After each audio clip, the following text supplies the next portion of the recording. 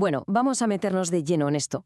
Bienvenidos a esta masterclass donde vamos a desgranar el tema 6. A ver, para quienes os estéis preparando para la dura oposición de intervención social, dominar el concepto de los valores en la educación no es que sea un requisito más, es que es literalmente la piedra angular de vuestra futura práctica profesional.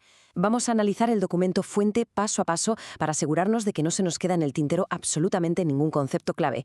¿Empezamos?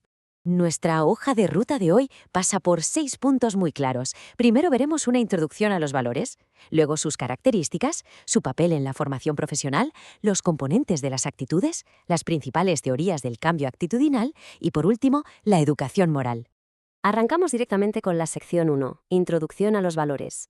Hoy en día, la escuela ya no es ni de lejos un simple lugar donde se transmiten datos y más datos. Ahora tiene un enfoque transversal donde los valores lo empapan absolutamente todo.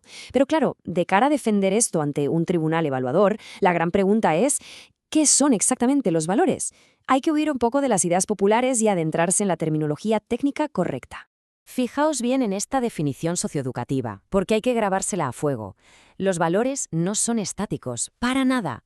Son referentes, pautas y abstracciones superdinámicas que están muy ligadas al desarrollo de la personalidad y que orientan el comportamiento humano hacia dos grandes metas, la transformación social y la realización personal. Ahora bien, históricamente ha habido un debate tremendo sobre de dónde salen estos valores. Por un lado, tenemos la visión subjetivista, que nos dice que son construcciones psicológicas internas, es decir, que dependen totalmente de las vivencias de cada persona. Y en el otro extremo, la visión objetivista defiende que el valor es una entidad autónoma, algo externo que existe por sí mismo. Demostrar en el examen que domináis este contraste os va a dar muchísima profundidad argumentativa. Y ojo, porque también es clave entender otras dicotomías. Por ejemplo, ¿los valores son una fuerza afectiva espontánea que nace para satisfacer necesidades o son una estructura puramente racional y lógica para interpretar el mundo? Y otra más, ¿tienen un carácter universal que es igual en todas partes o son construcciones relativas que dependen de la historia de cada cultura? Manejar estos matices con soltura permite construir argumentos teóricos impecables. Pasamos ya a la sección 2, características de los valores. El tribunal suele evaluar con lupa si sabéis explicar qué define un valor. Memorizar estas 8 características es vital, pero entendiendo qué significan, claro. Por ejemplo, la polaridad quiere decir que todo valor tiene siempre su contravalor, su cara y su cruz.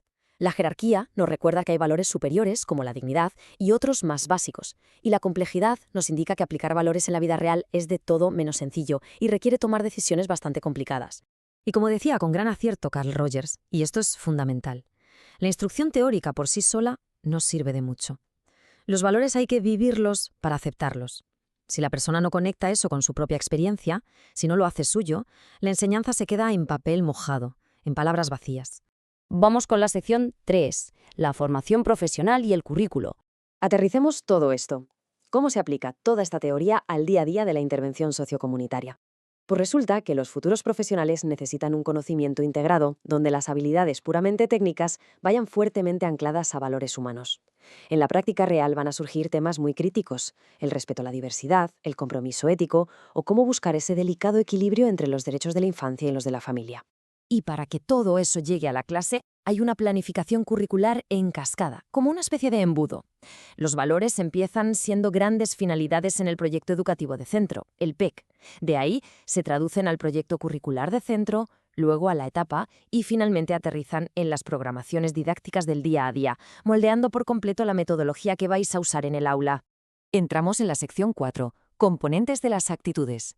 Dejamos un momento los valores en sí y nos metemos en la psicología de las actitudes, que es un marco teórico importantísimo.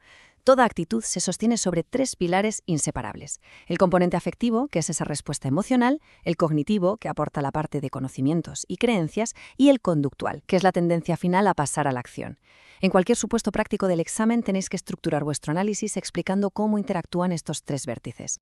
Dentro de cómo se clasifican hay un contraste vital que no se os puede pasar por alto. Las actitudes equilibradas son sanas, nacen de necesidades biológicas y buscan metas de forma directa. Pero cuidado con las actitudes defensivas del yo. Estas surgen de un conflicto interno profundo, no solucionan el problema real y a la hora de intervenir, cambiarlas es muchísimo más difícil porque requieren tocar aspectos complejos de la personalidad. Llegamos a la sección 5, teorías del cambio actitudinal. A ver, muchísima atención aquí porque esta es la parte más densa y exigente del temario. Resumiendo bastante, la teoría del comportamiento nos dice que el cambio depende del refuerzo ambiental que recibamos. La teoría del juicio social propone que medimos las cosas con nuestra propia escala, marcando qué aceptamos y qué rechazamos. Y el aprendizaje centrado en el estudiante persigue que sea el propio alumno quien se dirija a sí mismo hacia su autorrealización. Pero donde tenéis que hilar muy fino es en la diferencia entre estas dos perspectivas cognitivas. La disonancia cognitiva trata sobre cómo intentamos eliminar esa tensión tremenda que sentimos cuando nuestras creencias chocan con lo que hacemos. En cambio, la teoría del equilibrio opta por reestructurar directamente nuestras ideas en la cabeza para volver a encontrar una estabilidad mental. Es un matiz sutil, pero crucial. Y por supuesto, definir bien la teoría del aprendizaje social de Bandura es el pasaporte a la excelencia. A diferencia del conductismo clásico, Bandura une la observación externa con el mundo interno. Nos dice que aprendemos de las consecuencias que le ocurren a otros, el famoso aprendizaje vicario, pero que esto pasa siempre por el filtro de nuestros procesos cognitivos internos, como la atención o la motivación. Y llegamos a nuestra última parada, la sección 6, Educación moral y ciudadanía. Para ir cerrando, el temario pone a la educación moral como el auténtico eje central de toda esta transversalidad. Al desglosar qué significa ser ciudadano, vemos claramente que la participación democrática es lo que destruye las peligrosas inercias individuales. Fomentar la autonomía, conocer nuestros derechos y deberes y crear un verdadero sentimiento colectivo es lo que promueve el bien común y forja personas responsables. Mirad, para ponerle el broche de oro a un ensayo escrito en la oposición, tirar de esta cita del eminente Hans Kelsen da una autoridad institucional que a los evaluadores les va a encantar. La felicidad social deriva de la justicia social. Y es que la educación en valores y la justicia social son totalmente indisociables si lo que buscamos es una sociedad verdaderamente democrática. En fin, aprobar memorizando es solo el primer paso, pero entender de verdad los engranajes de los valores y las actitudes es lo que os hará destacar en la intervención comunitaria.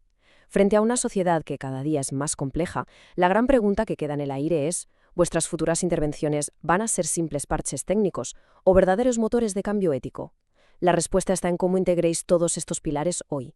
Así que mucho ánimo con los esquemas, a dominar la teoría y a por esa plaza.